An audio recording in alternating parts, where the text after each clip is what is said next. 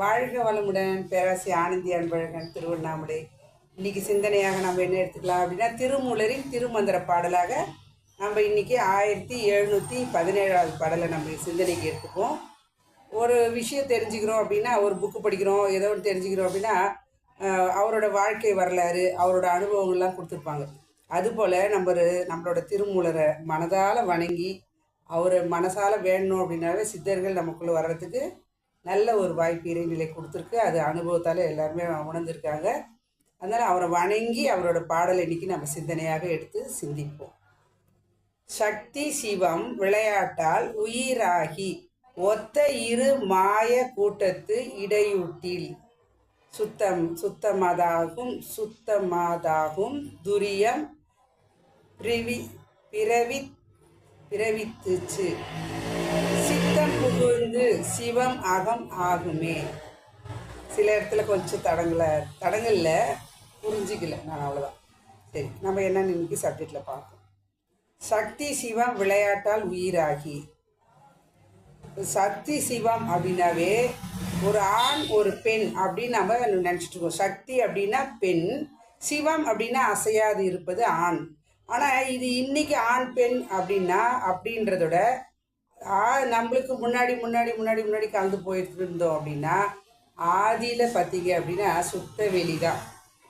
அது என்னாச்சுங்க, சுத்தமாக அது சக்தாக சிவமாக இருந்தது. அப்போ அசையும் போது அது அங்கே அசைவாக சிவமாக மலர்ந்தது. சிவம் சக்தியாக மலர்ந்தது. அசையாது இருந்தது சிவம், அசையும் போது சக்தியாக. இப்போ இது அசையாமல் இருக்குது, சிவமாக இருக்குது. கொஞ்சம் அசையும் பொழுது இரண்டு உரசுது. அப்போ ஒரு உரசு போனது சிவமாக மாறுது, இது சக்தியாக மாறுது. அப்போ சக்தியாக மாறும்போது இதுதான் பிரபஞ்சத்தில் எல்லா இடத்துலையும் நடக்கக்கூடிய ஒரு விஷயம். அப்போ இதே தான் நமக்குள்ளேயும் பார்த்தீங்க அப்படின்னா, உயிராக நம்ம இன்றைக்கி வந்திருக்கிறோம் அப்படின்னா, சுவாமிஜி ஒரு பாடலை கொடுத்துருப்பாரு. தந்தை தாய் ஈருயிரும் ஒன்று சேர்ந்து தழைத்ததொரு உடலாகி உலகில் வந்தோம் அப்படின்னார். நாம் வந்ததுக்கு காரணம் அந்த ஒரு துளி விந்துநாதம் தான். அது ஒரு சொல்லுவாங்க, அந்த ஒரு துளி விந்துநாதத்துக்கு முன்னாடி பிறந்த ஒரு அண்ணனோ அக்காவோ இல்லை அதுக்கப்புறம் பிறந்து சேர்ந்துருந்தா என்ன நடக்குங்க, ஒரு தம்பியோ தங்கச்சியோ பிறந்துடலாம். அப்போ நாம் பிறந்து வந்திருக்கிறோம் அப்படின்னா இறைநிலை உணர்வு பெறுவதற்காக தான். அப்போ இந்த இடத்துல சக்தி சிவம் என்பது தந்தை தாய் அப்படின்றத விட்டுட்டு நாம் இறைநிலை தான் நாம் உருவகப்படுத்தப்பட வேண்டும். ஏன்னா நாம் தோன்றி இங்கே வந்திருக்கிறோம் அப்படின்னா இதுக்கு காரணம் இறைநிலை நம்மை படைத்து அனுப்பி வைத்துள்ளது என்பதை தான் நாம் கணக்கில் எடுத்துக்கொள்ள வேண்டும். அதுதான் சொன்னாங்க, ஒத்த இரு மாய கூட்டத்து இடையுருட்டி அப்படின்றாங்க. அதாவது ஒத்த இரு மாயம், இதெல்லாம் இரையாட்டிலே நடத்துது, நம்ம கையில் எதுவும் கிடையாது. அப்போ இதுதான் நடக்கணும்னு விதி இருந்தால், எது விதி, இறைநிலைன்ற ஒரு கணக்கு இருந்திருந்தா என்ன நடக்குதுங்க, நாம் இந்த உலகத்தில் தோன்றி வந்திருக்கிறோம். கூட்டத்து இடையூட்டி அப்படின்னா நாம் தான் பிறந்து எவ்வளோ இப்போ சொன்ன மாதிரி தான் ஒரு அண்ணனோ அக்காவோ இல்லாத ஒரு தம்பியோ தங்கச்சி இல்லாத நம்ம வந்திருக்கிறோன்னா, நம் மூலம் இறைநிலை இந்த பூமிக்கு படைத்து நம் மூலம் அதனுடைய எண்ணத்தை நிறைவேற்றி கொள்கிறது.